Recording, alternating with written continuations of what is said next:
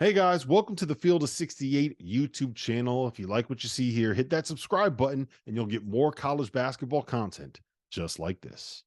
I mean, look, the way that I would phrase it is the metrics are really, really good, right? The metrics look great. I feel like we are still kind of remembering where we were probably 3 weeks ago with this team, right? Before they went out and they lost for their last five, before they got to the point where we're sitting here with a record that's 18-13 and 10-10. You listen to our guys over at Fielding the 68, and the thing that stands out to me more than anything else, like especially Rocco. Rocco hammers this point home. What have you done on the road? Who have you beaten on the road? What have you done away from home? The wins that Michigan State has, the best wins, Baylor on a neutral, which was in Detroit, effectively a home game, Illinois at home, Indiana State at home. Their best road wins at Maryland, who stinks, right? They may be a quad one win, but they rank 72nd. I don't want to hear anything about it. They stink. They won at Penn State. Okay, whatever. And they won at Michigan, which is like, I'm pretty sure that the three of us, if you rolled us out there, we could probably have a pretty good chance to be able to compete at Michigan. Yeah. So the metrics they have very, very strong computer numbers. I think that right now they are. What do the eyeballs say, Rob? I mean, I'm over the metrics, man, because this is not a situation where the eyeballs and the metrics agree. This team is mid. So the idea, like, they may be in, but everybody in the Big Ten is. I feel like they should be sweating, and we should be talking about them nationally as if they should be sweating. Yes, they should. They absolutely should be sweating. And if they lose to Minnesota in the first round of the Big Ten tournament, like, it might be a wrap. Absolutely. Now, the way that it kind of sets up for them is, I don't know if it's a great scenario or a horrible scenario, but if they beat Minnesota, then you get Purdue. And if you beat Purdue in the quarterfinals of the Big Ten tournament on Friday, you're dancing. It doesn't matter what you do, right? You're in. That is a win-in situation for them.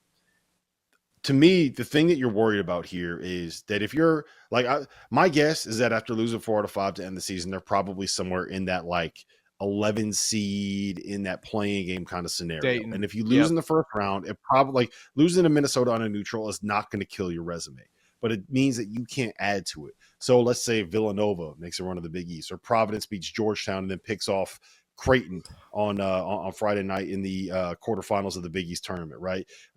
If you get someone like, I don't know, Richmond making a run and winning the A-10 tournament, so that Dayton is going to end up being an at-large bid.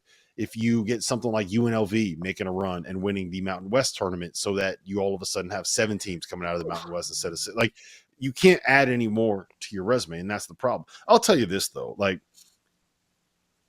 I understand how these resumes work, and I get that it's not just like what you want or what you've done or what we should root for, but there's no possible world where I am more interested in seeing Michigan State in the tournament than I am in seeing Indiana State in the NCAA tournament, even if it's in a playing game. Like, send Indiana State to a playing game.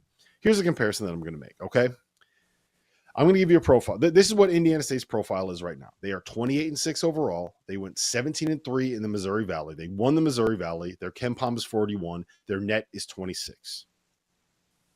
Loyola Chicago in 2018 on Selection Sunday was 28-5, 15-3 in the Missouri Valley. The Missouri Valley champions with a KenPom of 45 and a net in the mid-40s, right? So basically, if Indiana State can't get a bid to the tournament, then what we are telling everybody is that Loyola Chicago team that had one of the most incredible runs that we've ever seen to a Final Four. Remember, they had like 3 buzzer beaters on their way to the Final Four. They had Sister Jean on their way to the Final Four. They were one of the most memorable teams that we've seen in college basketball in the last decade, right? That team doesn't matter, right? That team's not good enough. We don't want teams like that in the NCAA tournament. We should want teams like that. We should want teams like Indiana State. We should want stories like Robbie Avila. That's your guy, Jerel. We should want stories like Josh Schertz, who has one of the most incredible coaching come-ups that I've ever heard of in my entire life, right? Shout out to CJ Moore of The Athletic. Go sign up for The Athletic. I'm not going to give the details of the story away. It's fantastic, phenomenal. He shouldn't be here right now. So give Indiana State a chance over Michigan State. Let me tell you about our newest partner for the month of March, Splash Sports, the home of certified community competition, where you get to play against your friends and not the house. Whatever game it is that you are playing, from survivors to tiers to pick X, the safest way to play for real money without the hassle of having to track down deposits or worry about payments is through Splash. They have partnered with PaySafe, the best deposit and payment system in the world, to ensure that money stays in safe hands and is delivered to the right places. To join the Field of 68 Survivor Madness, click the link in our profile below and join in. Entries are $5 a pop with a prize pool of up to $4,500. Winner take all. It's not going to happen. It's going to be Michigan State, because if anything, where we are with the NCAA trying to make sure and appease that these power conference programs don't want to break away, those are going to be the guys that end up getting the bids over someone like an Indiana State. I don't want to see it. I don't need to see Tyson Walker go for 30 and watch Michigan State end up losing in a playing game to know what they are. We know what they are. They had plenty of chances. They went 18-13 in one of the shittiest Big Tens that we've seen in the last decade. Get them out of here, man. Send them back with Indiana. They have the same record as Indiana, Jarrell. The same fucking Absolutely, record. I agree. Yeah. Because you either put both or none in. It's that simple. And you're not putting Indiana in. So you can't put Michigan State in. Right, Jarrell? I don't understand it still, and I just sat there and looked at it before the game started, and I said they're walking in with the same exact record, and essentially nobody even remotely views Indiana even close to the bubble. But we just like you said, man, we're throwing Michigan State in, and it's a shame because it might end up happening, especially if they get 2 wins. I think they're in for sure, man. But they'll easily be the least deserving dancing team in the field. Like that team doesn't deserve to get a automatic, in that large NCAA tournament bid. They just don't deserve it, man. It's, as far as just coming from where expectations were to how they've performed all year, they've been completely inconsistent. They don't have quality wins. Like, it's everywhere. And then, we got people threatening they want to fire Mike Woodson. I just don't get it, man. But yeah, I think I definitely want to see Indiana State in, and I was gonna make my plea for that too, Rob, man. In this day and age when we constantly hearing everybody bitching about there's no stars in the college game, the NCAA tournament needs my boy Goggles, aka Larry Nerd, Kareem Abdul-Jabbar. You know what I'm saying? We need that, man. We need stars like that in the tournament. Let them in. Let them in. We'll talk about that game. Let me say one thing real quick, John. The NCAA created this metric called the net to be able to determine who the best teams are, right? When it comes to kind of grading out how good a win is.